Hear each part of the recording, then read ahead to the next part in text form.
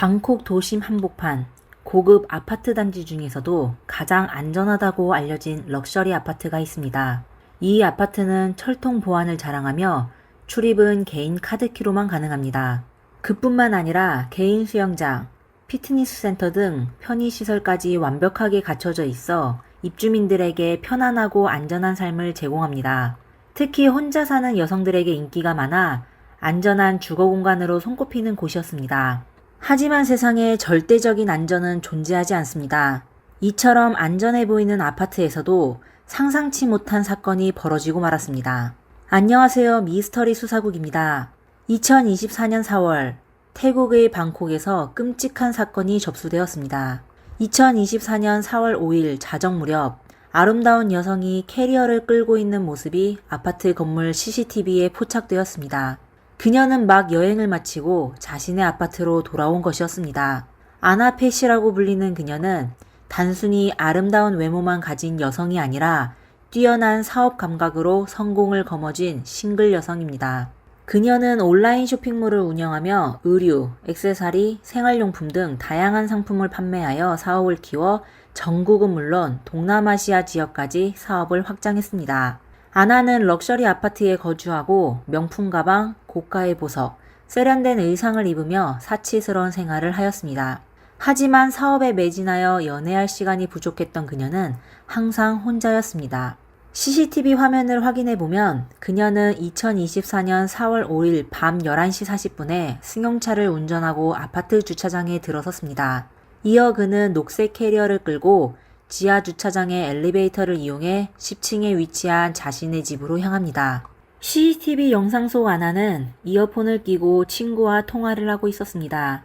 상대는 그녀의 절친 A로 두 사람은 편안하게 대화를 나누며 미래 여행 계획과 다음날 저녁 식사 약속에 대한 이야기를 하고 있었습니다.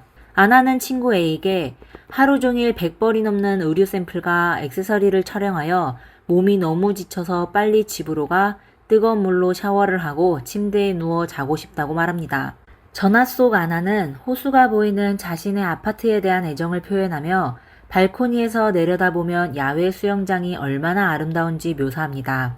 아나의 아파트 가격이 비싸지만 안전하고 경비원들도 책임감이 넘친다고 언급합니다. 아나는 복도를 따라 자기 집 문 앞에 도착해 문을 열고 들어갑니다. 하지만 이때 이상한 일이 발생합니다. 전화기 너머의 A는 아나의 열쇠가 딸깍거리는 소리를 듣고 그녀가 아파트 안으로 들어간 것으로 생각했습니다. 그런데 곧 전화기에서 아나의 비명이 들리더니 전화가 끊어져 버린 겁니다. CCTV 화면은 아나가 현관문을 열고 들어가자 불이 켜지고 문이 닫히는 장면을 보여줍니다. 겉으로 보기에는 아무런 이상이 없습니다.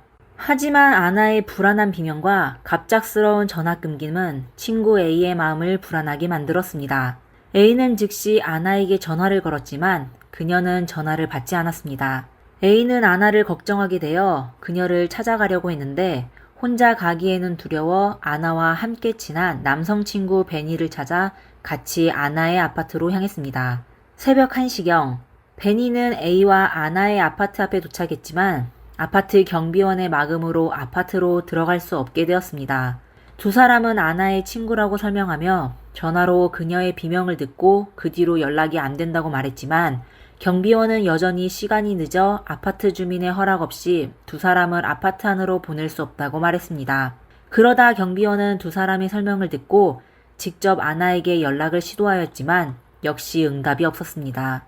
이에 경비는 아나가 잠들었을 가능성이 있다며 잠시 기다려달라고 했습니다.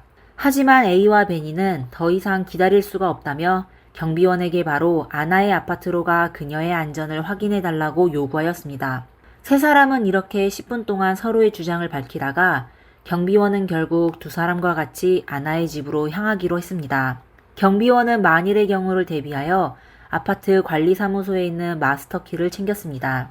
세 사람은 엘리베이터를 타고 10층에 도착했습니다. 경비원은 아나의 집 초인종을 누르고 자신들의 신분을 밝혔지만 집안에서는 아무런 응답이 없었습니다. A와 베니는 점점 불안감을 느끼게 되어 경비원에게 문을 열어달라고 재촉했습니다. 경비원은 잠깐 망설이다가 결국 문을 열게 되었습니다. 당시 새벽 1시 22분 A가 아나의 비명을 들은 지 약 1시간 반이 지난 시점이었습니다.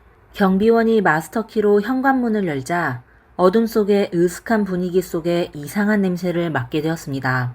경비원은 불을 켜고 자신의 신분을 밝혔지만 아나는 역시 아무런 반응이 없었습니다. 불이 켜지자 세 사람은 눈앞의 광경에 놀라 움직일 수 없게 되었습니다. 한 여자가 얼굴을 아래로 향한 채 붉은 액체 속에 누워 있었는데 알고 보니 바로 아나였습니다. 아나의 머리는 거의 붉은 액체로 뒤덮여 있었습니다. 도대체 누가 그녀를 이렇게 잔혹하게 공격했을까요? 경비원은 용기 내어 아나에게 다가가 그녀가 살아있는지 확인하고 다른 사람은 911로 신고 전화를 걸었습니다.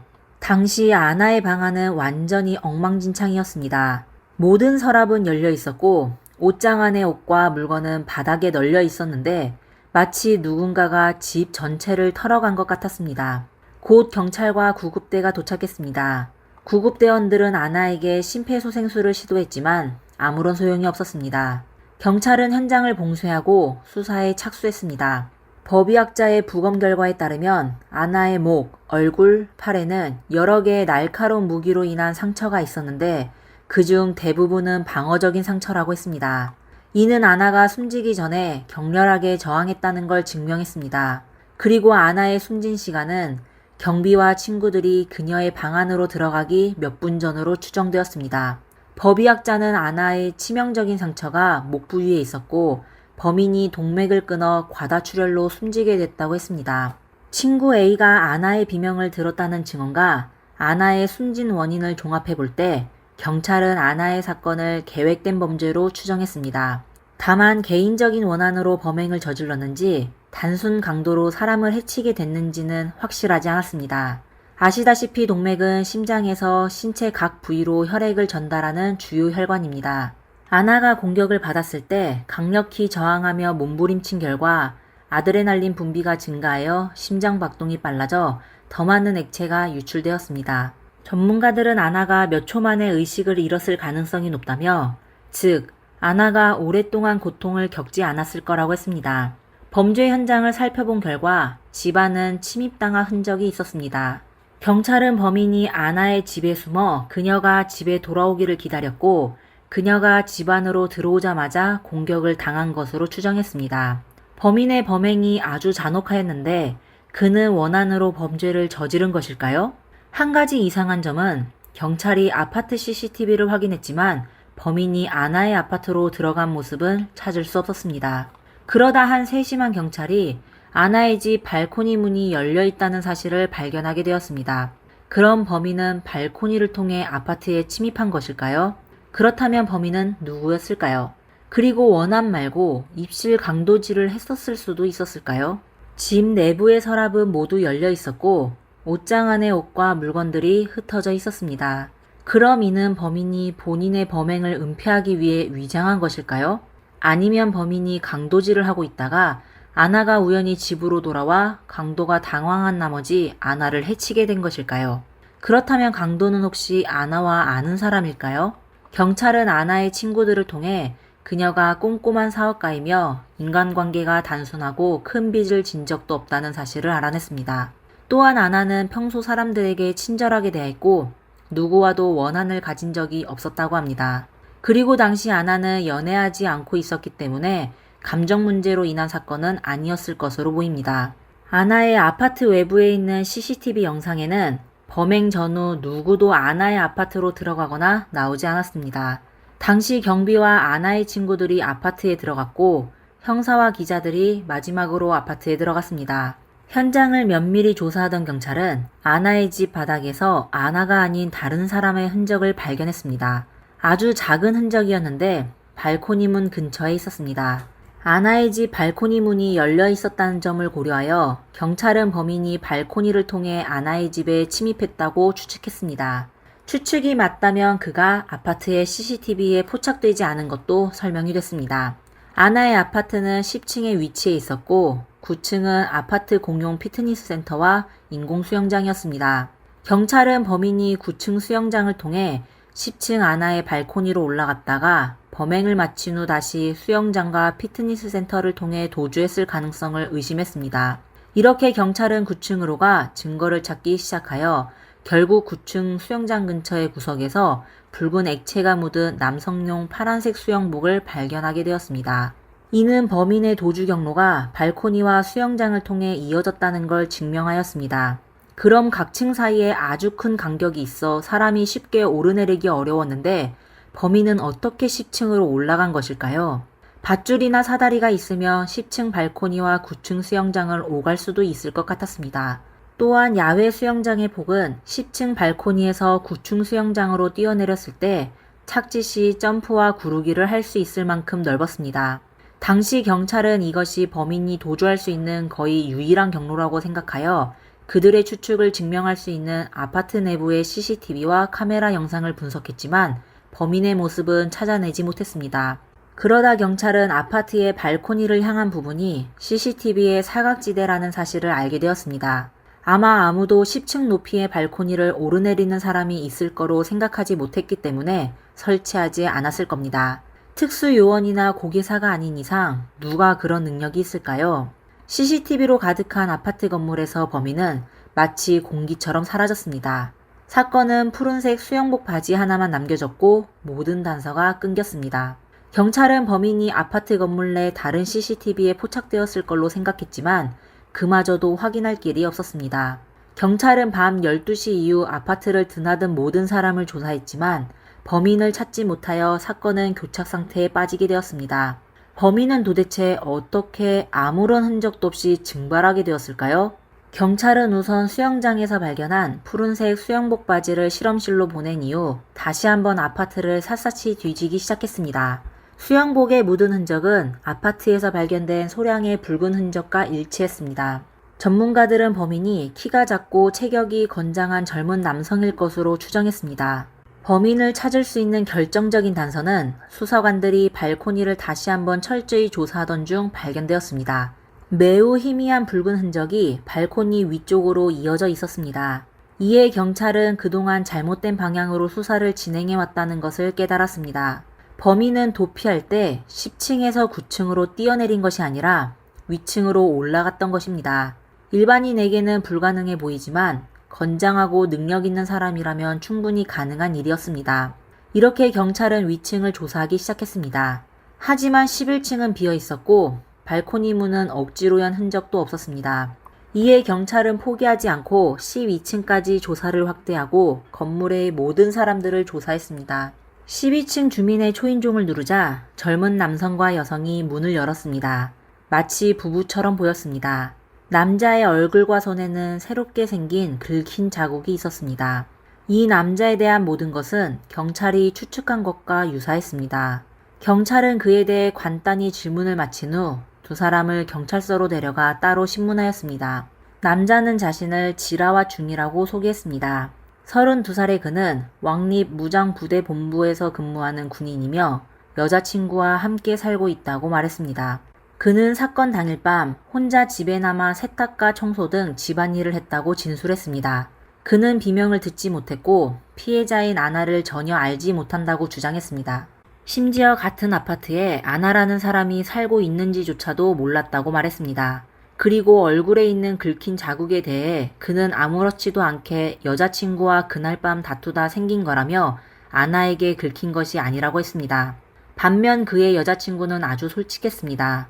그녀는 사건 당일 새벽 1시 55분경에 집에 돌아왔는데 아파트 앞에 경찰차와 경찰들이 많이 있는 것을 보았다고 말했습니다. 그리고 집 안으로 들어가 보니 남자친구가 빨래와 청소를 하고 있었다고 했습니다. 그녀는 남자친구가 평소 게으른 편이었고 청소를 하는 일이 거의 없어 아주 의아했다고 했습니다. 하지만 이미 늦은 시간이었기 때문에 두 사람은 곧바로 잠자리에 들게 되어 남자친구의 이상한 행동에 대해 별다른 생각을 하지 않았다고 말했습니다. 여성의 진술에서 남자친구와 다툰 이야기가 언급되지 않아 경찰은 두 사람이 그날 밤 혹시 충돌이 있었는지를 물었습니다. 그녀는 최근 남자친구와 불화를 겪었지만 몸싸움은 없었다고 답했습니다. 이렇게 경찰은 남성에 대해 더욱 의심하게 되었습니다. 그들은 두 사람 사이의 다툼에 대해 자세히 알고 싶어 했습니다. 여성도 역시 뭔가 이상한 점을 감지한 듯 경찰의 조사에 적극적으로 협조하기로 했습니다.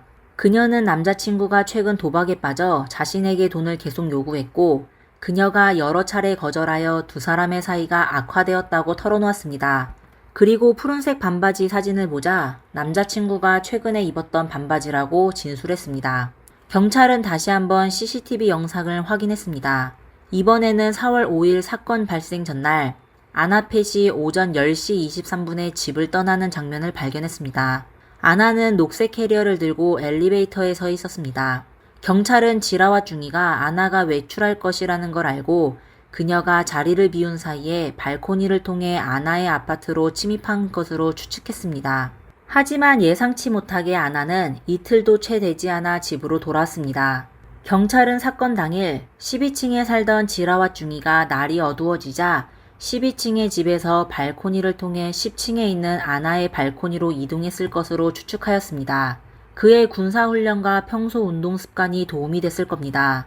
그는 아나의 발코니 문이 열려있다는 사실을 알게 되자 아주 흥분하며 바로 아나의 아파트로 들어가 도둑질을 하기 시작했는데 그때 마침 아나가 집으로 돌아와 도둑질을 하고 있던 지라왓은 당황하게 되었습니다. 복도에서 아나가 친구와 통화하며 아파트 문을 열자 지라왓은 도망칠 시간이 없어 침대에 숨게 되었습니다. 그러다 결국 들키게 되어 그는 잔혹한 방식으로 아나를 공격했습니다. 공격 과정에서 아나는 모든 힘을 다해 저항했지만 결국 참변을 당하게 되었습니다. 경찰은 아나가 범인의 얼굴을 보아 결국 공격당했다고 판단했습니다. 경찰은 사건에 대한 수사가 초기 단계에 있으며 아직 최종 판결이 나오지 않았다고 하며 지라와 중이가 범인이라는 것을 증명할 수 있는 관련 증거를 공개했습니다. 그리고 사건 이후 지라왓은 아파트 외부 쓰레기통에 쓰레기를 버렸었는데 흥미롭게도 그는 CCTV 카메라 앞에 여러 번 멈춰 카메라를 계속 의식하였습니다. 아파트에 오래 살았던 사람이라면 그 카메라를 수백 번, 수천 번을 지나쳤을 텐데 굳이 카메라를 바라보는 행동은 매우 이상했습니다. 이러한 사소한 증거와 단서는 따로 보면 별 의미가 없을 수도 있지만 함께 모아보면 범인을 유죄 판결할 수 있는 결정적인 증거가 될 수 있습니다. 아나가 혼자 살고 있었기 때문에 그녀의 집에 얼마나 많은 현금과 귀중품이 있었는지는 알 수 없었습니다. 따라서 그녀의 재산 피해 액수를 정확히 파악할 수 없었습니다. 하지만 경찰은 이후 지라와 중이와 여자친구의 아파트에서 귀중한 보석을 발견했습니다. 보석은 장식용 조각상의 입안에 숨겨져 있었습니다. 지라와 중이의 여자친구는 그 보석이 자신의 것이 아니라고 하며 본 적도 없다고 했습니다. 그리고 아나의 친구들은 경찰서에서 아나가 생전에 그 보석을 착용했던 것을 확인해 주었습니다. 경찰은 12층 아파트에서 범행에 사용된 것으로 추정되는 도구를 발견했습니다. 그것은 붉은 흔적이 묻은 푸른색 날카로운 물건이었습니다.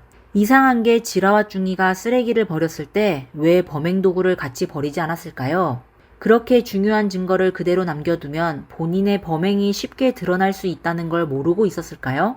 하지만 모든 증거는 지라와 중이가 진범이라는 걸 증명하였습니다.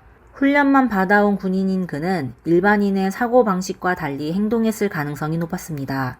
예를 들어 그는 범행 후 10층에서 9층으로 뛰어내리는 대신 반대로 위로 올라갔습니다. 그리고 9층 수영장에서 발견된 푸른색 반바지는 그가 경찰을 속이기 위해 일부러 버린 것일 수도 있습니다. 지라와 중이는 훈련받은 군인답게 아주 영리하고 몸도 날렵했습니다. 그리고 그는 체포된 후에도 경찰의 신문에 당당하게 대처했습니다. 결국 경찰은 그의 사건을 군사법원으로 이송했습니다. 현재 그는 교도소에서 재판을 기다리고 있는데 만약 유죄 판결을 받게 되면 그는 극형에 처할 가능성이 컸습니다. 그리고 그의 여자친구는 기소되지 않고 증인으로 서게 되었습니다. 아나는 아름답고 성공한 여성으로 자정 무렵에 지친 몸으로 집으로 돌아가 강도에게 피해를 입었습니다. 사실 아나의 비명을 들었던 친구 A가 바로 경찰에 신고하지 않고 친구와 함께 그녀의 집으로 확인하러 간 것도 잘못된 건 아닙니다. 하지만 만약 A가 사건의 위험성을 알아내 즉시 경찰에 신고했더라면 경찰이 현장에 도착했을 것이고 아나의 목숨을 구할 수 있었을지도 모릅니다. A와 남성 친구 그리고 아파트 경비원이 아나의 집에 도착했을 때 이미 아나의 비명이 들린 지 거의 2시간이 지났을 때였습니다. 아나의 소중한 목숨은 이렇게 사라지게 되었습니다. 아나는 단지 발코니 문을 잠그지 않았을 뿐입니다. 이 사건은 다시 한번 혼자 사는 사람들에게 경각심을 일깨워주며 어떤 상황에서도 방심해서는 안 된다는 걸 알려주었습니다. 아무리 보안이 철저한 고급 주거 환경이라도 외출 전에 문과 창문이 잠겨 있는지 확인해야 합니다. 이상 미스터리 수사국이었습니다. 영상이 마음에 드셨다면 좋아요와 구독, 댓글 부탁드립니다. 감사합니다. 다음 영상에서 뵙겠습니다. 안녕하세요. 미스터리 수사국입니다. 오늘 이야기의 주인공 낸시는 불행한 여성입니다. 그녀의 남편은 오래전부터 돈을 아끼지 않고 불륜을 저질렀고 아내와 이혼하려고 했습니다. 하지만 낸시는 최대한의 인내심으로 남편의 행동을 참아왔습니다. 심지어 남편이 사람을 고용하여 자신을 해치려고 한 사실을 알면서도 남편을 감쌌습니다. 하지만 세상에 정말 이렇게 착한 사람이 있을까요? 낸시의 남편은 3년 동안 무려 100만 달러를 들여 3번이나 범인을 바꿔가며 낸시를 해치려 했지만 결국 실패하게 되었습니다. 대체 무슨 일이 있었을까요? 낸시의 운명은 또 어떻게 되었을까요? 사건은 2012년 8월 미국 텍사스에서 시작되었습니다. 이날 캐롤턴이라는 도시의 911 신고센터에서 한 여성의 신고 전화를 받게 됐습니다. 전화 속 여성은 울음을 터뜨리며 매우 불안한 목소리로 차에서 내릴 때 누군가가 제 차고로 들어왔어요.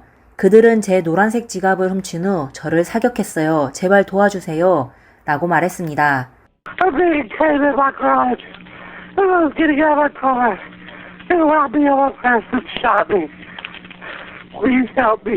부상을 당한 그녀는 10분 넘게 구급차가 도착할 때까지 전화를 끊지 않고 신고센터 직원과 통화를 했습니다. 현장에 도착한 경찰과 의료진은 낸시의 모습을 보고 경악하게 됐습니다. 그녀의 얼굴은 심한 상처를 입었는데 왼쪽 눈은 검게 움푹 들어가 있었고 공기 중에는 화약 냄새와 머리카락과 피부가 타는 냄새가 진동했습니다. 낸시는 상처를 입었다고 말했지만 머리에 사격당했다는 사실은 언급하지 않았습니다. 그 정도의 부상에 살아있다는 것만으로도 놀라운 일인데 현장 상황을 보아 그녀는 범인과 격투를 벌였었고 사격을 당하게 된 후에도 힘겹게 문을 열고 집으로 들어갔습니다. 그리고 앞문에서 거실로 다시 화장실로 이동한 후 부엌에 있는 전화로 경찰에 신고했습니다. 정말 대단한 생존 본능을 보여줬습니다. 경찰은 사건 현장에서 5블록 떨어진 쓰레기통에서 낸시의 가방을 발견했습니다. 가방에는 50달러, 하나로 약 6만 9천 원 정도의 현금만 남아 있었는데 매우 이상했습니다. 강도 사건이 발생한 곳은 낸시의 집 차고였고 그녀가 작년에 구매한 새 차가 바로 옆에 있었습니다. 그리고 낸시는 큰 다이아몬드 반지를 끼고 있었고 목에는 금목걸이를 하고 있었습니다. 심지어 핸드폰도 그녀의 가방에 그대로 있었습니다. 만약 돈을 위한 강도라면 범인은 왜 돈이 되는 물건은 하나도 가져가지 않고 50달러만 훔쳐 갖다 버리기까지 했을까요? 그럼 이번 강도 사건이 가짜는 아니었을까요? 낸시는 강도와 몸싸움을 벌이는 과정에서 그의 마스크를 벗겨 그의 얼굴을 확인했는데 낯선 얼굴이었습니다. 범행을 저지른 범인은 도망치면서 도로변에 주차된 은색 소형차에 올라탔습니다. 공범이 있었던 모양입니다. 이에 경찰은 인근 CCTV를 확인하여 마침내 낸시가 묘사한 은색 자동차를 찾아냈습니다. 놀랍게도 그 차량은 사건 발생 4시간 전부터 계속 낸시를 따라다녔습니다. 하지만 4시간 동안 추적하여 겨우 50달러를 훔쳐갔다는 건 시간당 12.5달러로 최저시급에도 못 미치는 돈입니다. 휘발유 값도 건지기 힘든 돈 때문에 그 정도로 잔인한 범행을 저질렀다는 건 아주 이상한데 도대체 어떻게 된 것일까요? 그럼 돈이 목적이 아니라 낸시에게 원한이 있었던 것일까요? 아니면 낸시의 매력에 끌린 것일까요? 하지만 경찰은 곧 그럴 가능성을 배제하였습니다. 낸시는 평범한 50대 여성이고 외모나 체격으로 남성의 주의를 끌만한 사람이 아닙니다. 또한 낸시는 인간관계도 원만한 좋은 사람이고 빚도 없었습니다. 그럼 도대체 누가 이런 평범하고 무해한 사람에게 그렇게 큰 원한을 품었을까요? 그러다 경찰은 낸시의 지갑에 있는 운전면허증이 사라진 것을 발견하였습니다. 범인은 범행을 저지른 후 피해자의 신분을 확인하려 했던 것 같은데 이것만으로는 범인의 특징을 확인할 수 없었습니다. 사건 당시 낸시의 남편 프랭크는 출장 중이었는데 아내가 사고를 당했다는 소식을 듣고 급히 돌아왔습니다. 낸시는 왼쪽 눈을 적출해야 할 정도로 부상이 심각했습니다. 그리고 시력신경의 손상으로 오른쪽 눈도 실명될 위기에 처해 있었습니다. 프랭크는 병실 옆에서 슬퍼하며 눈물을 흘리며 경찰에게 전날에 아내와 통화했다며 20년 넘게 결혼 생활을 했지만 두 사람은 여전히 서로 사랑하여서 하고 싶은 말이 많아 오랜 시간 통화하였다고 했습니다. 그리고 자신의 말을 증명하기 위해 핸드폰을 꺼내 통화 기록을 보여주었습니다. 하지만 경찰은 그의 핸드폰을 받자마자 경악하게 되었습니다. 휴대폰 화면에는 프랭크와 다른 여성의 다정한 모습이 남아 있었습니다. 사건 조사를 시작하기도 전에 프랭크의 불륜 사실이 드러나게 되어 어색한 분위기에 빠지게 되었습니다. 난감해진 프랭크는 서둘러 사진 속 여성이 자신의 거래처 고객이라며 비즈니스 관계로 함께 사진을 찍었고 사실 그렇게 친한 사이는 아니라고 했습니다. 하지만 누가 자신의 고객과 그렇게 다정하게 사진을 찍고 또 고객의 사진을 휴대폰 배경화면으로 설정할까요? 경찰은 곧 그 여성이 수잔 레온티에프라는 사실을 알아냈습니다. 그녀는 프랭크의 고객이 아니라 치과병원에서 근무하며 50대의 돌싱으로 2명의 아이를 홀로 키우고 있었습니다. 이상한 건 그녀는 3년 전부터 갑자기 부자가 되었습니다. 그녀는 캘리포니아에 90만 달러, 하나로 약 12억 원 상당의 저택을 전액으로 구입했을 뿐만 아니라 직장을 그만두고 매일 쇼핑, 외식, 미용을 즐기는 사치스러운 삶을 살기 시작했습니다. 경찰은 그녀의 통장 거래 명세를 통해 그녀의 돈이 모두 프랭크가 준 사실을 알게 됐습니다. 지난 3년 동안 프랭크는 수잔에게 하나로 약 1억 1천만 원의 요트와 1억 3천만 원의 자동차를 구입해 주었습니다. 또한 38만 달러, 하나로 약 5억 2천만 원 상당의 아파트를 사주어 수잔은 월 생활비 외에 임대료까지 받을 수 있었습니다. 이 외에도 프랭크는 그의 연인을 위해 계속해서 돈을 썼습니다.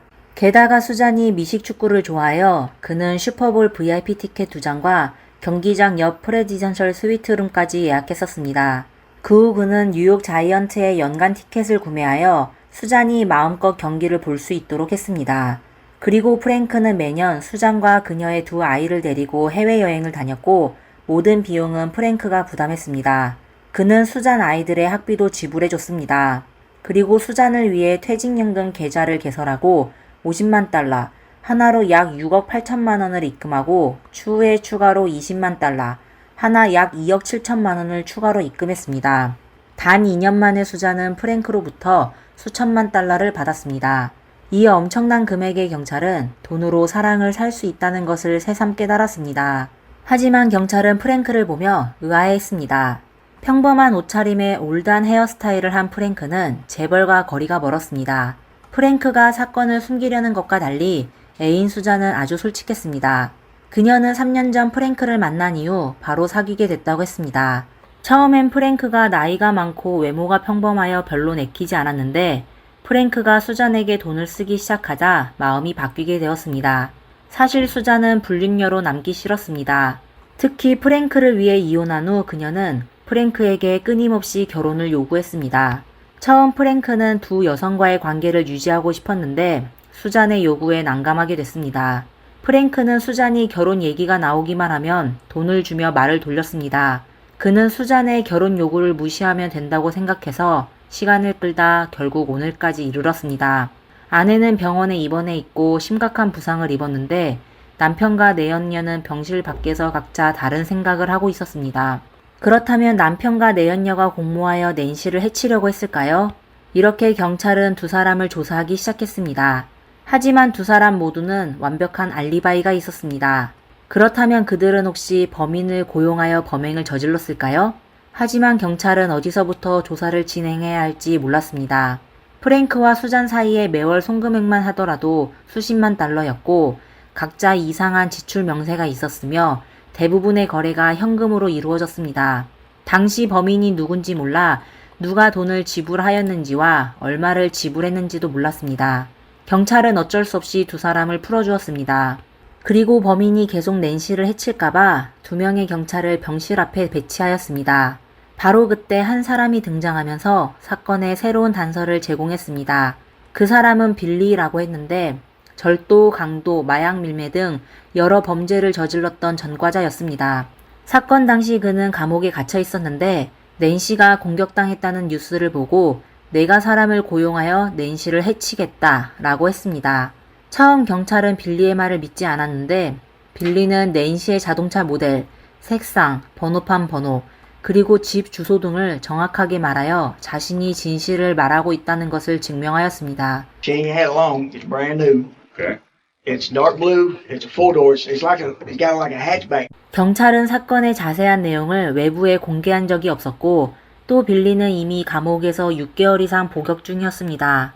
다시 얘기하자면 그는 낸시의 사건에 대한 정보를 사건 발생 이후 취득하기 어렵다는 겁니다. 이렇게 경찰은 뭔가 이상하다고 느껴져 빌리에게 신문하려고 했습니다. 하지만 빌리는 순순히 사건을 얘기하지 않고 오히려 조건을 제시했습니다. 그는 경찰에 정보 하나당 1년 감형을 조건으로 내걸었습니다. 사건에 아무런 단서가 없는 경찰은 사건을 해결하기 위해 빌리와 거래를 하기로 했습니다. 이렇게 그들은 충격적인 이야기를 듣게 되었습니다. 2년 전 빌리는 마약을 복용하고 도취한 상태였을 때 한 통의 전화를 받게 됐습니다. 상대방은 본인이 존 이라고 소개하며 빌리에게 거래하겠느냐고 물었습니다. 처음 빌리는 마약 운반이나 증거물 인멸 같은 일인 줄 알았는데 존은 사람 한 명을 처리해야 하는데 아무도 모르게 해줘. 돈은 문제가 아니야 라고 말했습니다. 이에 빌리는 정신이 번쩍 들게 됐습니다. 존은 목표의 중년 여성이 조직 배경이 없고 힘도 없는 평범한 여성이라고 했습니다. 큰 돈을 벌 수 있다는 생각에 빌리는 12만 달러, 하나로 약 1억 6천만 원을 요구했는데 놀랍게도 존은 망설이지 않고 바로 동의했으며 심지어 성금으로 금액의 반을 지불하겠다고 했습니다. 그리고 이를 해결하면 잔금을 바로 지불하겠다고 했습니다. 존은 거래를 빨리 진행했으면 하여 다음날 현금이 가득 찬 봉투와 목표인 낸시에 대한 정보를 그에게 보냈습니다. 빌리는 나쁜 짓을 저질러 감옥을 자주 들르게 됐지만 사람을 해치는 일은 처음이라 겁이 났습니다. 하지만 그는 돈을 쓰는 것에 두려워하지 않았습니다. 빌리는 6만 달러, 하나로 약 8,200만 원의 성금을 모두 써버리고 장비를 구입한다는 명목으로 존에게 3만 5천 달러, 하나로 약 4,827만 원을 요구했습니다. 놀랍게도 존은 망설임 없이 바로 그에게 돈을 보내 활동 자금이라고 했습니다. 빌리는 아무것도 하지 않고 10만 달러 가까이 벌게 되면서 쉽게 큰 돈을 벌 수 있는 방법을 알아챘습니다. 그는 수잔처럼 프랭크의 돈으로 살기 시작하여 1년 넘게 갖가지 핑계를 대며 프랭크에게 돈을 요구했습니다. 이렇게 빌리는 프랭크가 아내를 해치려는 심리를 이용하여 그를 만나지도 않은 상태에서 80만 달러, 하나로 약 11억 원 가까이를 받아냈습니다. 물론 그는 범행을 저지를 생각은 전혀 하지 않았습니다. 오랜 시간이 지나서야 프랭크는 뭔가 잘못되었다는 것을 깨달았습니다. 엄청난 돈을 썼지만 그가 원하는 결과를 얻지 못했습니다. 그래서 프랭크는 더 이상 빌리의 부당한 요구에 응하지 않았습니다. 그러다 한 번은 빌리가 음주운전으로 체포되었는데 그는 프랭크에게 보석금을 요구했지만 프랭크는 빌리를 사기꾼이라고 욕설을 퍼부으며 그의 요구를 거절했습니다. 하지만 프랭크는 이번 빌리의 말이 사실이라는 것을 몰랐습니다. 그는 진짜로 경찰에 붙잡혔고 보석금을 낼 수 없었습니다. 빌리는 그렇게 감옥에 갇혀 재판을 기다렸습니다. 그가 자신의 임무 목표인 낸시가 정말 사격당했다는 소식을 듣게 되자 빌리는 그제서야 누군가가 이 임무를 이어받아 성공했다는 것을 깨달았습니다. 그럼 빌리는 왜 놀라게 됐을까요?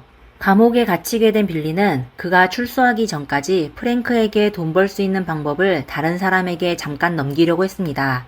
그는 프랭크를 잘 설득하기만 하면 그가 출소 후에도 계속 돈을 벌 수 있을 거라고 꿈을 꿔왔습니다. 그러다 빌리는 여러 사람 중에서 더스틴이라는 젊은 남성을 선택하게 됐습니다. 더스틴의 어머니는 빌리의 많은 애인 중 한 명이어서 두 사람은 비교적 가까운 관계였습니다. 빌리는 감옥에서 더스틴에게 프랭크의 연락처가 적혀있는 쪽지를 보내 프랭크에게서 돈을 구할 방법을 더스틴에게 알려줬습니다. 더스틴도 프랭크에게 연락했는데 그의 사기 실력은 형편없었습니다. 사실 더스틴은 외모부터 약하고 뭔가 모자라 보였습니다. 게다가 프랭크는 빌리에게 여러 번 속아 더 이상 사람을 쉽게 믿지 않았습니다. 그는 더스틴에게 결과를 보기 전에는 돈을 줄 수 없다고 고집했습니다. 지능과 말솜씨가 형편없는 더스틴은 빌리와 프랭크의 압박에 못 이겨 결국 범행을 저질러 본인의 실력을 그들에게 보이려 했습니다. 하지만 그 역시 사람을 해칠 용기가 없어 다른 친구 한 명을 찾아 함께 낸시의 집 밖을 둘러보며 영상을 찍어 프랭크에게 보내 일을 하고 있다는 것을 알렸습니다. 하지만 날이 어두워지자 두 사람은 길을 잃게 되었습니다. 낸시의 집은 고급 주택가에 있으며 넓은 정원을 가진 웅장한 저택이었습니다. 그리고 집은 도로에서 꽤 떨어져 있었고 웅장한 모습이었습니다. 이렇게 더스틴과 친구는 낡은 차를 운전하여 이곳저곳을 2시간 넘게 헤매며 동네를 돌아다녔습니다. 결국 그들은 집 번호를 찾지 못했고 오히려 경찰에게 걸리게 됐습니다. 경찰은 두 사람을 불러 신문했는데 얼마 안 돼 더스틴은 말문이 막히게 되었습니다. So, how long have you been in Carrollton tonight? Been trying to find my uncle's house for 2, 3, 4 hours. Okay. The reason I asked is I saw you guys earlier, and I see you again, and it's now it's. We're going in circles and circles and circles.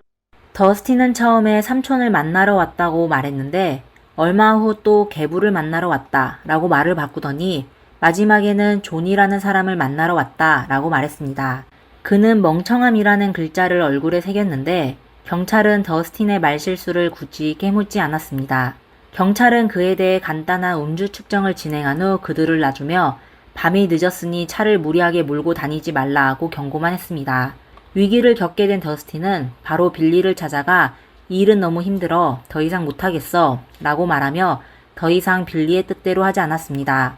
실망하게 된 빌리는 감옥에서 몇 명의 사람들에게 연락했지만 모두 이런저런 이유로 실패하게 되었습니다. 결국 프랭크는 빌리를 더 이상 믿을 수 없게 됐는지 더 이상 그의 전화를 받지 않았습니다. 경찰은 빌리의 진술이 진짜인지를 확인하기 위해 빌리와 더스틴의 사진을 낸시에게 보여주었습니다. 낸시는 두 사람을 전혀 모른다고 했지만 경찰의 조사는 여기서 끝나지 않았습니다. 경찰은 프랭크가 범인을 고용했다는 사실을 확인한 후 모든 정보원을 동원하여 그들을 통해 존이라는 사람에 대한 정보를 모으기 시작했습니다. 놀랍게도 얼마 지나지 않아 정보를 수집하게 됐습니다. 존은 지난 6개월 동안 돈을 펑펑 쓰는 행동으로 현지 조직폭력배들 사이에서 전설적인 인물이 되어 있었습니다. 그는 여기저기 돌아다니며 낸시라는 주부를 처리해줄 사람을 찾았습니다. 무슨 수단을 써서라도 그냥 낸시를 제거해주면 된다고 했습니다. 그리고 이에 대한 보상은 무제한이었습니다. 소문에 따르면 12명이 넘는 사람들이 그와 전화 면접을 받는데 존의 요구 조건에 맞지 않더라도 최소 $1,000, 하나로 약 137만 원의 비밀 유지 비용을 받게 됐습니다. 심지어 중개인들도 꽤 많은 소개비를 벌었습니다. 추산에 따르면 그는 사람을 선택하는 과정에서만 $100,000, 약 1억 넘게 썼습니다. 이렇게 돈이 많은 사장을 현지 조직폭력배들이 본 적이 없어 어떤 사람들은 낸시에 대해 궁금증을 가지기 시작했습니다. 도대체 이 여자가 누구이기에 이 정도의 원한을 샀을까요? 왜 이렇게 많은 돈을 들여 그녀를 해치려고 할까요? 그러다 이 질문에 대한 답은 곧 밝혀졌습니다. 존의 신원을 밝혀낸 방법도 어처구니가 없었는데 그는 면접 본 사람들이 너무 많아 매번 현금으로 지급하는 게 번거로웠는지 계좌이체로 상대방에게 송금하였습니다. 심지어 전용 계좌를 만들지도 않고 자기 개인 통장에서 직접 송금했습니다. 그리고 그 계좌의 주인은 다름 아닌 낸시의 남편 프랭크였습니다. 프랭크의 성명은 존 프랭크 하워드였습니다. 이름부터 송금까지 그는 조금도 숨기려고 하지 않았습니다. 세상에 이렇게 멍청한 사람이 어디 있을까요? 경찰은 확보한 증거로 즉시 프랭크를 체포하고 그를 상대로 상해 미수 혐의로 기소했습니다. 경찰은 프랭크에게 결국 누구를 고용하여 낸시를 공격했는지 얼마의 배상금을 주었는지를 질문했는데 프랭크의 답변은 경찰의 예상을 초월하였습니다. 사건 당시 낸시의 집을 습격한 두 사람은 모두 마이클이라는 이름이었습니다. 나이와 체격 차이로 그들을 빅 마이클과 스몰 마이클이라고 부르겠습니다. 두 사람은 프랭크로부터 총 $2,000, 하나로 약 275만 원을 받았습니다. 추후 체포된 두 사람은 이 일이 업계에서 굉장히 유명하고 경쟁이 심하여 둘은 가격을 낮춰서라도 일을 받으려고 했다고 했습니다. 몇 개월 전 그들은 중개자의 소개를 받아 신비로운 존과 전화 면접을 진행하였습니다. 하지만 두 사람이 어눌하여 자신의 능력을 제대로 보여주지 못했습니다. 존은 그들에게 큰 관심을 보이지 않고 그냥 각자 $1,000의 면접 비용을 주고 전화를 끊었습니다. 무시당했다고 생각한 두 마이클은 우선 그 여자를 처리하고 나중에 돈을 받기로 결정했습니다. 만약 사장이 기뻐하면 더 많은 돈을 줄 것으로 생각했습니다. 이렇게 그들은 낸시를 공격했지만 낸시는 강인한 생명력으로 살아남았습니다. 두 범인은 범행을 저지른 후 존에게 연락하여 우리가 성공했으니 돈을 달라고 말했지만 존은 잠시 침묵한 후 누가 너희 보고 움직이라고 했어? 라고 소리쳤습니다. 두 사람은 프랭크의 태도에 혼란스러워했습니다. 사실 프랭크는 계획이 실패되면서 마음을 바꿔 더 이상 아내를 해치려고 하지 않았던 거였습니다. 프랭크의 설명에 따르면 그가 사람을 고용하여 범죄를 저지르려는 심리 변화는 매우 복잡했습니다. 이 아이디어는 그의 머릿속에서도 줄곧 확정된 적이 없었습니다. 그는 아내와 30년 동안 함께 생활하여 3명의 아이를 낳았습니다. 하지만 프랭크는 불륜녀의 압박에 못 이겨 계산을 해봤는데 만약 아내와 이혼하게 되면 그는 아내에게 절반의 재산을 줘야 했고 위자료도 지불해야 했습니다. 그리고 만약 애인과 헤어지게 되면 그동안 애인에게 쓴 돈은 모두 헛수고가 됩니다. 결국 그는 아내만 없어지면 본인의 재산을 누구에게 나눠줄 필요가 없고 애인과 결혼할 수 있으며 애인의 재산도 부부의 공동재산이 되면 전에 수잔에게 쓴 돈도 다시 돌아온 셈이라고 결론을 내렸습니다. 프랭크가 빌리를 찾게 된 이유는 빌리가 프랭크 회사의 한 여직원을 괴롭히다가 법정에 서게 됐는데 프랭크는 그가 그렇게 뻔뻔한 짓을 할 수 있다면 도덕적 기준도 낮을 것으로 생각했습니다. 다시 얘기하자면 본인이 그에게 사람을 해치라고 시키면 그가 할 수 있을 걸로 생각했습니다. 하지만 그는 빌리가 결국 돈을 받고 사람의 목숨을 해치기는커녕 보이스피싱을 하게 될 거라고는 몰랐습니다. 사실 플랭크는 얼마 안 돼 빌리가 자신을 속이고 있다는 것을 눈치챘습니다. 하지만 플랭크는 여러 번 속으면서 아내가 살아있는 것이 낫다는 생각이 들게 됐습니다. 그리고 애인이 이혼을 재촉할 때마다 그는 아내를 처리하려고 노력하고 있지만 일이 잘 풀리지 않고 있어 라고 변명할 수도 있었습니다. 프랭크는 빌리에게 뜯긴 돈이 시간을 벌기 위해 필요한 비용이라고 생각했습니다. 그에게는 애인만 잘 달래면 돈 좀 쓰는 것쯤이야 아무것도 아니었습니다. 그리고 빌리가 점점 더 탐욕스러워지지 않았다면 프랭크는 돈을 지급하여 사람을 고용하는 게임을 계속 진행했을 것입니다. 빌리와 연락을 끊을 때까지 프랭크는 자신감에 차 있었습니다. 그는 3발 달린 돼지는 찾기 힘들지만 2발 달린 킬러는 많다라고 생각했습니다. 하지만 현실은 달랐습니다. 그 후 그가 찾은 사람들은 모두 똑같은 멍청이였습니다. 게다가 그중 2명은 프랭크에게 통보도 없이 바로 범행을 저질렀습니다. 결국 아시다시피 낸시는 무사했고 2명의 범인은 가장 저렴한 가격으로 끔찍한 짓을 했습니다. It was just, I love you, glad you're here. I mean, that was the sense that we were both saying to each other. A lot of crying, a lot of apologizing, and telling her that I'm sorry about the affair and that I'm going to make it right and I'm going to do, whatever I can do and I want to do that. 진실이 밝혀지자 모두 충격에 빠지게 됐습니다. 30년 동안 함께 살아온 남편이 습관처럼 불륜을 저지르고 다른 여성을 만나고 애인을 뒀으며 본인을 해치기까지 했다는 사실을 알게 된 낸시는 슬픔과 분노에 빠지게 되어 재판이 시작되기 전에 이혼을 요청했습니다. 하지만 재판날에 그녀는 프랭크를 지지하기로 하여 모두를 놀라게 했습니다. 그녀는 남편이 불륜녀에게 속아 잘못을 저지른 거라고 했습니다. 심지어 혹시 남편에게 다중인격이 있는 건 아닐까요? 라고 판사에게 질문하며 아마도 그 잔혹한 인격인 존이 사람을 고용하여 살인을 계획한 거지 프랭크는 좋은 남편이고 좋은 아버지입니다. 라고 말했습니다. 판사와 배심원들은 낸시의 말을 듣고 의아해하며 그녀의 머리가 사격되어 정신이 나갔다고 의심했습니다. 하지만 낸시는 개의치 않았습니다. 그녀는 심지어 나의 결혼은 배심원단의 손에 달려 있어요. 만약 프랭크가 유죄 판결을 받으면 저는 이혼할 겁니다. 만약 프랭크가 무죄 판결을 받으면 저는 과거 일을 모두 용서하고 프랭크와 계속 함께 살 겁니다. 라고 말했습니다. 그녀의 말에 법정에 있던 모든 사람들은 깜짝 놀라게 됐습니다. 다행히 배심원단은 프랭크의 상해 미수 혐의에 유죄 판결을 내려 그는 무기징역형에 30년 후 가석방이 가능한 판결을 받았습니다. 낸시를 공격했던 2명의 범인은 각각 50년과 40년의 징역형을 선고받았습니다. 그들은 자신들이 이 사건에서 가장 손해를 본 사람이라고 생각했습니다. 빌리를 포함해 몇 명의 선배들은 아무 일도 하지 않고도 거액의 돈을 벌었는데 그들은 실제로 일을 한 대가로 감옥에 갇히게 되었으니 말입니다. 반면 수자는 이 사건의 최대 수혜자가 됐습니다. 그는 법정에서 프랭크를 비난하며 물론 저는 프랭크에게 이혼을 요구했지만 절대로 그에게 아내를 해치라고 하지 않았습니다. 일련의 사건들은 모두 프랭크가 혼자 저지른 일이고 저와는 아무 관련이 없습니다. 라고 했습니다. 프랭크가 유죄 판결을 받자 그녀는 모두의 시야에서 사라졌습니다.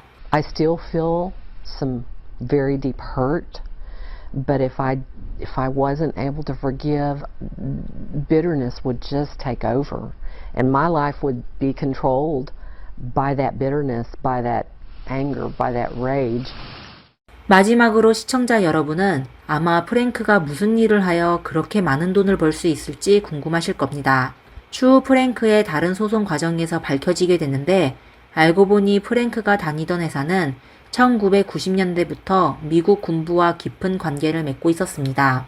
특히 걸프 전쟁 당시 이 회사는 쿠웨이트에 막대한 물자와 무기를 공급했습니다.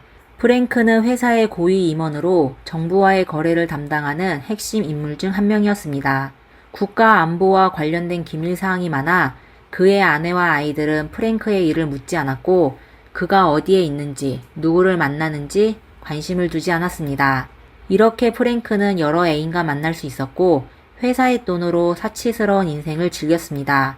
추후 법정에서 공개된 문서에 따르면 프랭크는 4년 동안 3천만 달러, 하나로 약 413억 원의 회사 공금을 횡령했습니다. 그는 애인에게 월급만 받고 일을 하지 않는 직책을 만들어주기도 했습니다. 다시 얘기하자면 그는 회사 돈으로 애인을 부양했고 또 회사 돈으로 아내를 해치려고 했던 겁니다. 이런 관점에서 볼 때 그가 이렇게 했던 것이 가성비가 높은지 낮은지 말하기 어렵습니다.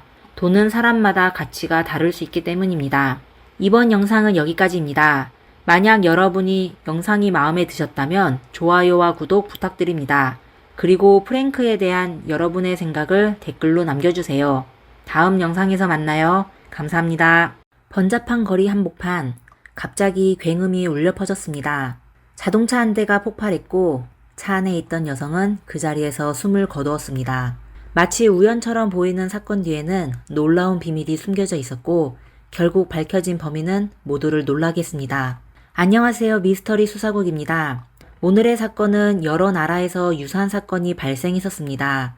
사건의 주범은 현직 또는 퇴직한 국가 고위 관료였고 그들은 자신이 마치 지역의 황제인 양 막강한 권력과 지위를 휘두를 수 있었는데 결국 아름다운 여성을 향한 욕망으로 인생의 길을 잃고 말았습니다.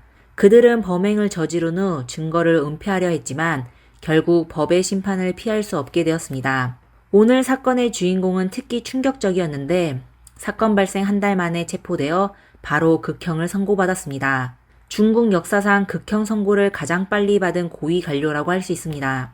그럼 당시 무슨 일이 있었던 것일까요? 오늘 이야기를 통해 자세히 알아보겠습니다. 사건이 발생한 곳은 중국 산둥성 진안시입니다. 2007년 7월 9일 오후 진안시 건설로에서 사람들을 놀라게 한 폭발 사건이 이곳의 평온을 깨뜨릴 줄은 아무도 몰랐습니다. 퇴근 시간이라 차량이 많이 막혔지만 그래도 질서정연하게 이동하고 있었습니다. 오후 5시 30분경 도로 중간 지점 근처에서 갑자기 굉음이 울려 퍼지더니 폭발의 강력한 충격파는 순식간에 혼다 승용차를 잿더미로 만들어 운전자는 산산조각이나 잔해가 길가 건물 창문에 걸려 있었고 인근의 한 택시도 불길에 휩싸여 운전자는 심각한 화상을 입었습니다. 폭발 규모가 너무 커 폭발 지점 근처에서 과일을 팔던 노점상은 날아온 차량 파편에 목이 베어 병원에서 10바늘 이상 꿰매야 했습니다. 폭발 후 주변 주민들은 모두 웅성거리며 자동차가 자연 발화했다고 주장하는 사람이 있었고 또 교통사고로 인한 연료 탱크 폭발이라고 생각하는 사람들도 있었습니다. 하지만 자연 발화나 연료 탱크 폭발로 인한 사고가 이렇게 엄청난 위력을 가질 수 있을까요? 곧 현장에 도착한 경찰은 현장을 폐쇄하여 조사하기 시작했습니다. 이번에 폭발로 인해 길거리에 한 사람이 부상을 입었고 택시 한 대와 승용차 2대가 파손되었는데 사건의 잔인함은 진안시 경찰을 충격에 빠뜨리게 했습니다. 그럼 번화가에서 어떻게 이렇게 심각한 폭발이 발생했을까요? 경찰은 폭발 원인이 무엇인지 단순한 사고인지 아니면 다른 이유가 있는지 밝히기 위해 수사하기 시작했습니다. 경찰의 현장 감식 결과 사건은 보기보다 더욱 심각했습니다. 이번의 폭발은 차량 자체 결함으로 인한 폭발이 아니라 엄격하게 관리되는 고성능 폭약인 TNT로 인한 폭발이었습니다. 분명 누군가가 계획한 사건이었습니다. 한편 경찰은 법의학 부서를 통해 빠른 속도로 피해자가 사건 당시 31살의 여성 유해평이라고 확정하였습니다. 그녀는 진안시 루이안 아파트 130제곱미터가 넘는 주택에 거주하고 있었습니다. 폭발로 파손된 차량은 최근 출시된 하늘색 혼다 승용차였습니다. 그리고 이 여성의 신분은 평범하지 않았습니다. 사건 당시 그녀는 진안시 국토자원부 기관 당위원회 정과급 관부이자 청년연맹 부석이었습니다. 여성의 국가공무원이 거리에서 폭발로 참변을 당했다는 뉴스는 진안시 전체를 충격에 빠뜨렸습니다. 도대체 누가 이렇게 잔혹한 방법으로 여성 고위계층을 해쳤을까요? 그녀는 누구에게 그런 끔찍한 짓을 당했을까요? 다행히도 경찰 수사는 보다 순조롭게 진행되었습니다. 경찰은 현장 근처의 쓰레기통에서 사건 해결에 아주 중요한 단서인 망가진 휴대폰과 리모컨을 발견했습니다. 여러 차례의 조사 끝에 경찰은 통신사를 통해 휴대폰 번호의 소유자가 진지라는 남성이라는 것을 발견하였습니다. 놀랍게도 50살의 진지는 진안시 공안국 치안지대 3대대 부팀장을 맡고 있는 경찰이었습니다. 그런 폭발에 사용된 엄격히 통제된 TNT는 특수한 신분을 가진 사람만이 접근할 수 있었는데 과연 그가 범인이었을까요? 이와 동시에 다른 수사팀은 주변 상인과 주민들을 조사하던 중 폭발된 차량 근처에 경찰차가 있었다는 사실을 알게 되었습니다. 경찰은 CCTV를 확보하여 그 경찰차를 찾아냈는데 그 차량이 바로 진지가 속한 치안대대 소속이었습니다. 사건 담당자는 몰래 그 경찰차를 수사하여 차 안에서 폭발된 차량에서 발견된 폭발물 잔여물과 같은 물질을 발견했습니다. 이는 범인이 범행을 저지른 후 신발과 옷을 처리하지 않아 폭발물 잔여물이 신발 자국과 함께 경찰차에 남아 있었음을 의미했습니다. 치안지대 등은 관련 부서를 통해 사건 당일에 진지가 경찰차를 운전하여 폭발 현장 근처에 있었다는 걸 증명하였습니다. 모든 단서는 진지를 강력한 용의자로 주목받게 하였습니다. 그리고 다른 수사팀이 유해평의 집을 방문하여 조사를 했는데 의문스러운 사실을 발견하여 사건의 진실을 밝히는데 아주 큰 도움이 됐습니다. 유해평의 집에서 수사관들은 여러 장의 사진을 발견했습니다. 사진에는 유해평이 어린 아들과 찍은 가족 사진 외에 한 남자와 다정하게 찍은 사진도 있었습니다. 그 남자가 바로 진안시 인민대표대회 상무위원회 주임 다니와였습니다. 그럼 다니와의 사진이 왜 유해평의 집에 있었을까요? 사진을 보면 두 사람은 분명 연인 관계였습니다. 그럼 두 사람의 관계는 사건과 과연 연관이 있을까요? 경찰은 더욱 유력한 단서를 찾아야 했습니다.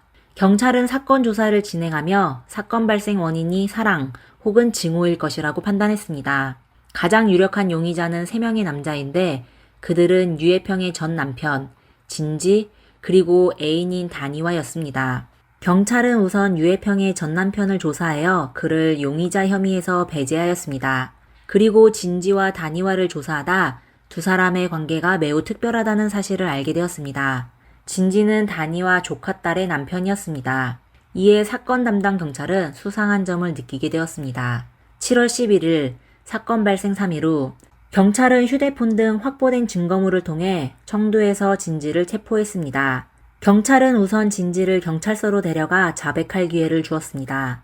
오랜 시간 경찰 일을 해온 진지는 경찰이 자신을 찾게 된 것이 이미 강력한 증거를 확보했다는 걸 잘 알고 있어 그는 곧 자신의 범행을 모두 자백했습니다. 알고 보니 진지는 다니와의 지시를 받아 범행을 저지른 것이었습니다. 경찰은 진지가 자백한 내용으로 사건 발생 4일 만에 산동성 기율검사위원회, 산동성 공안청, 산동성 검찰원을 전담팀을 구성하여 산동성 고위관료 다니와를 체포하였습니다. 다니와는 조사에 아주 협조적이었습니다. 그는 체포된 지 1시간 만에 7월 9일 폭발 사건이 자신이 조카 사위 진지에게 지시한 것이라고 서면으로 인정했습니다. 다니와는 경찰 신문에서 본인이 매우 후회한다고 했지만 그는 사람을 해친 것을 후회하는 것이 아니라 그런 방법을 사용한 것을 후회한다고 말했습니다. 그는 또다시 한 번에 선택할 기회가 있다면 여전히 유해평을 해칠 것이라고 말했습니다. 그는 유해평을 아주 혐오하여 두 사람의 고통스러운 관계를 끝내고 싶어 했습니다. 도대체 다니와와 유해평 사이에는 어떤 증오가 있었을까요?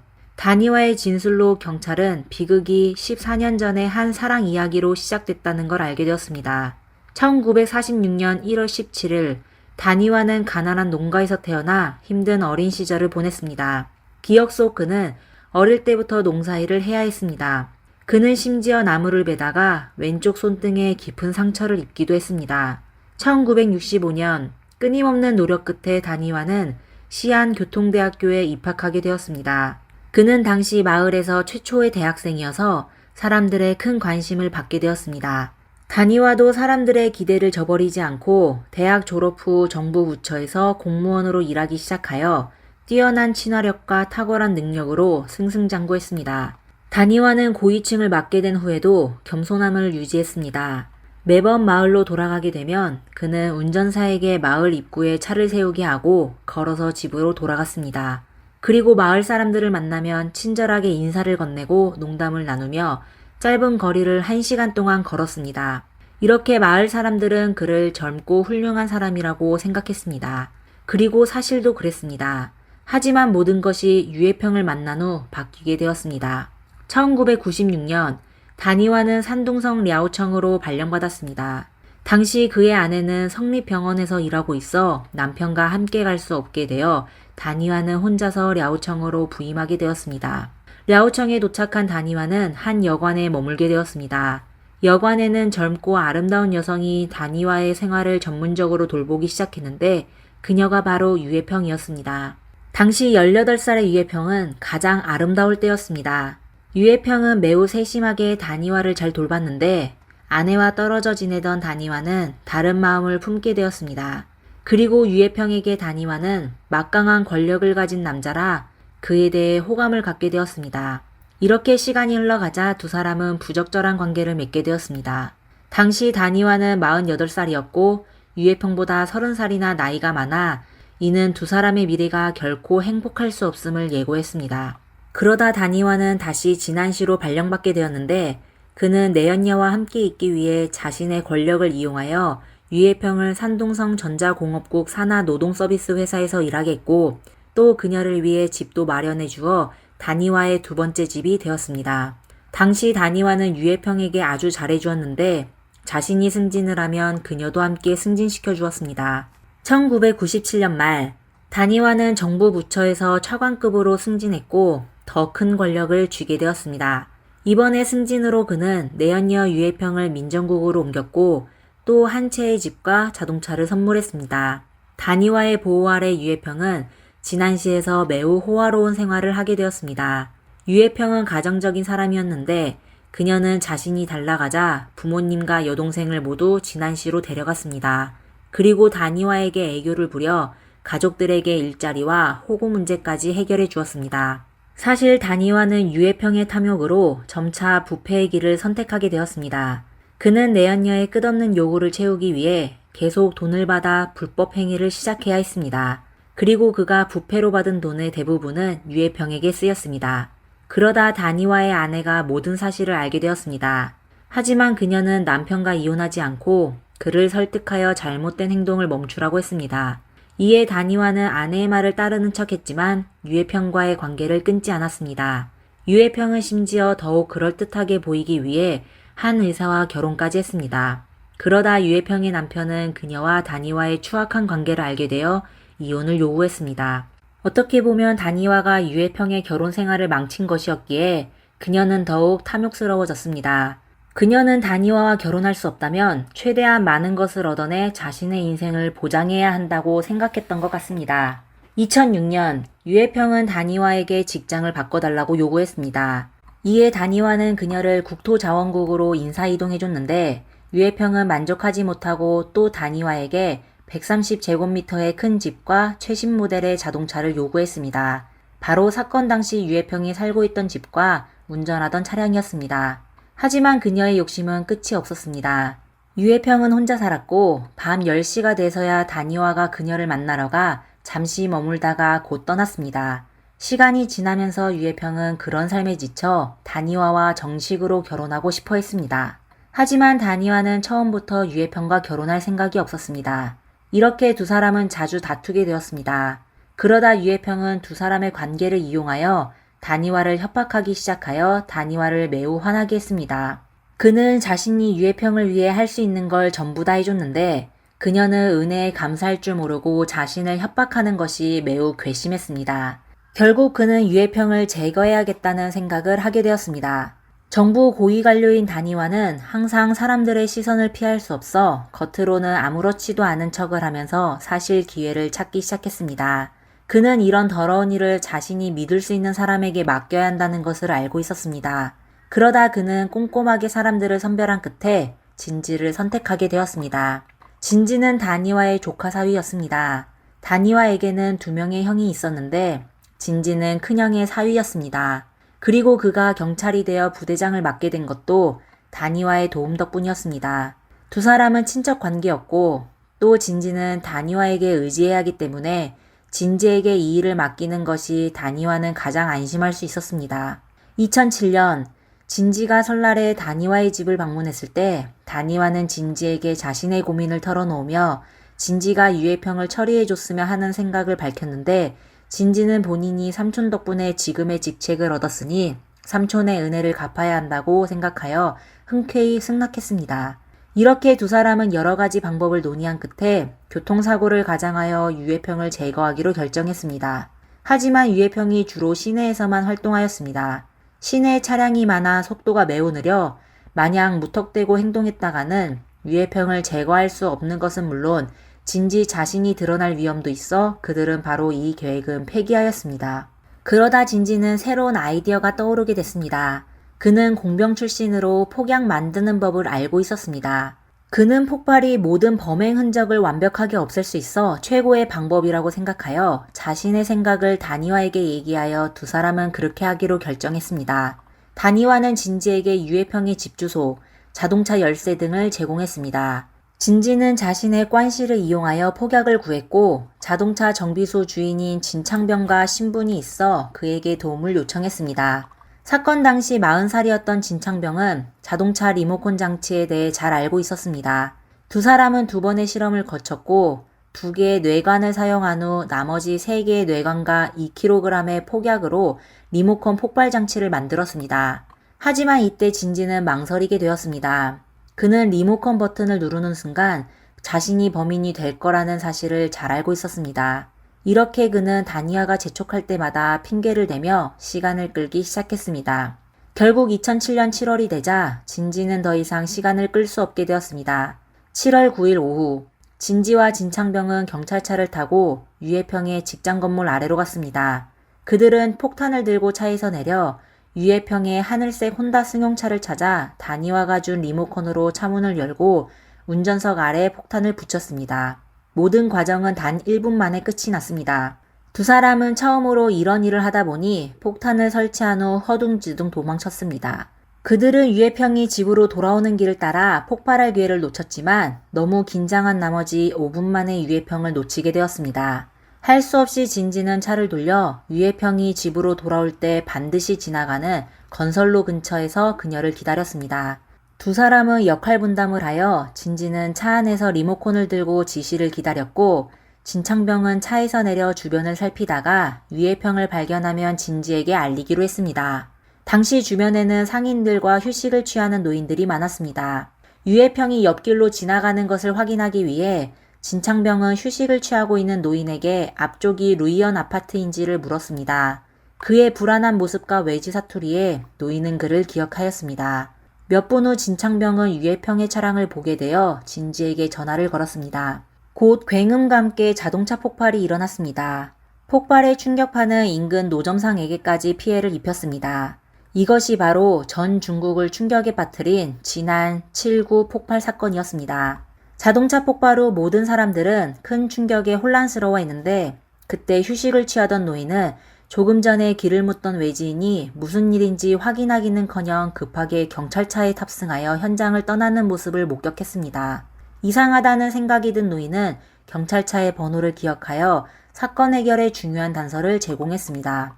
7월 13일 다니와는 자신의 사무실에서 체포되었고 단 1시간 만에 모든 범행 과정을 자백하여 본인에게 뇌물을 준 사람의 이름 리스트를 공개했습니다.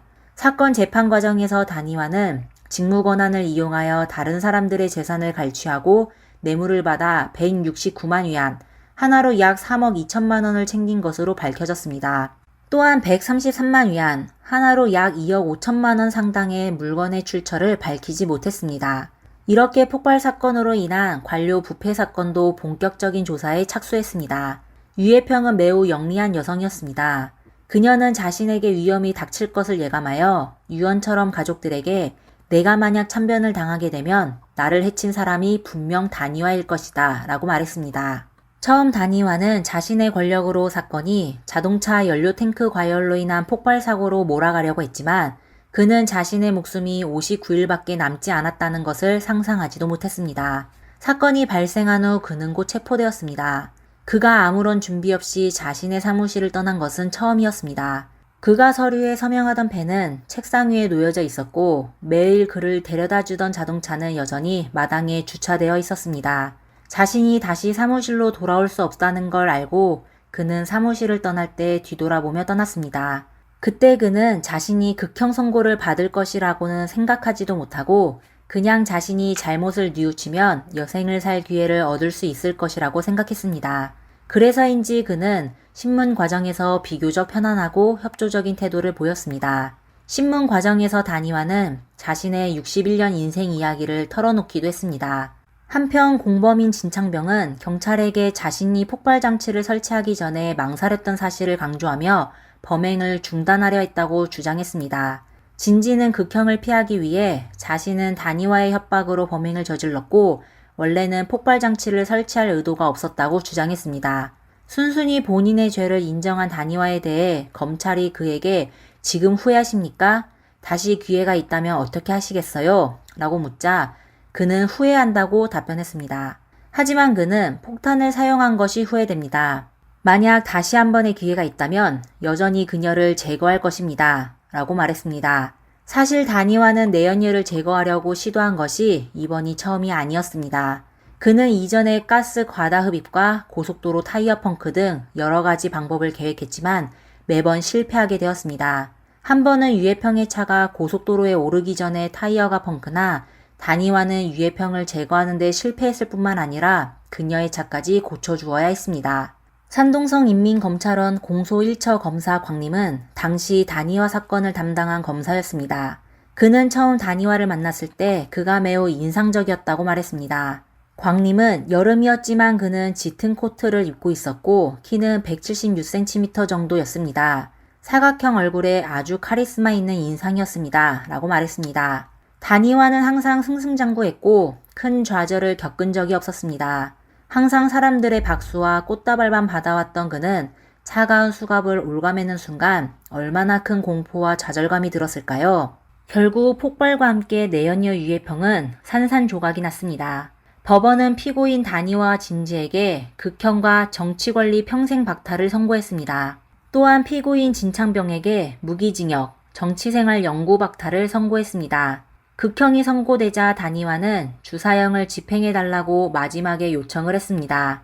2007년 9월 5일 최고인민법원의 확정 판결에 따라 지난 7.9 폭발 사건의 주범 단위와와 진지는 산동성 진안시에서 극형을 집행하게 되었습니다.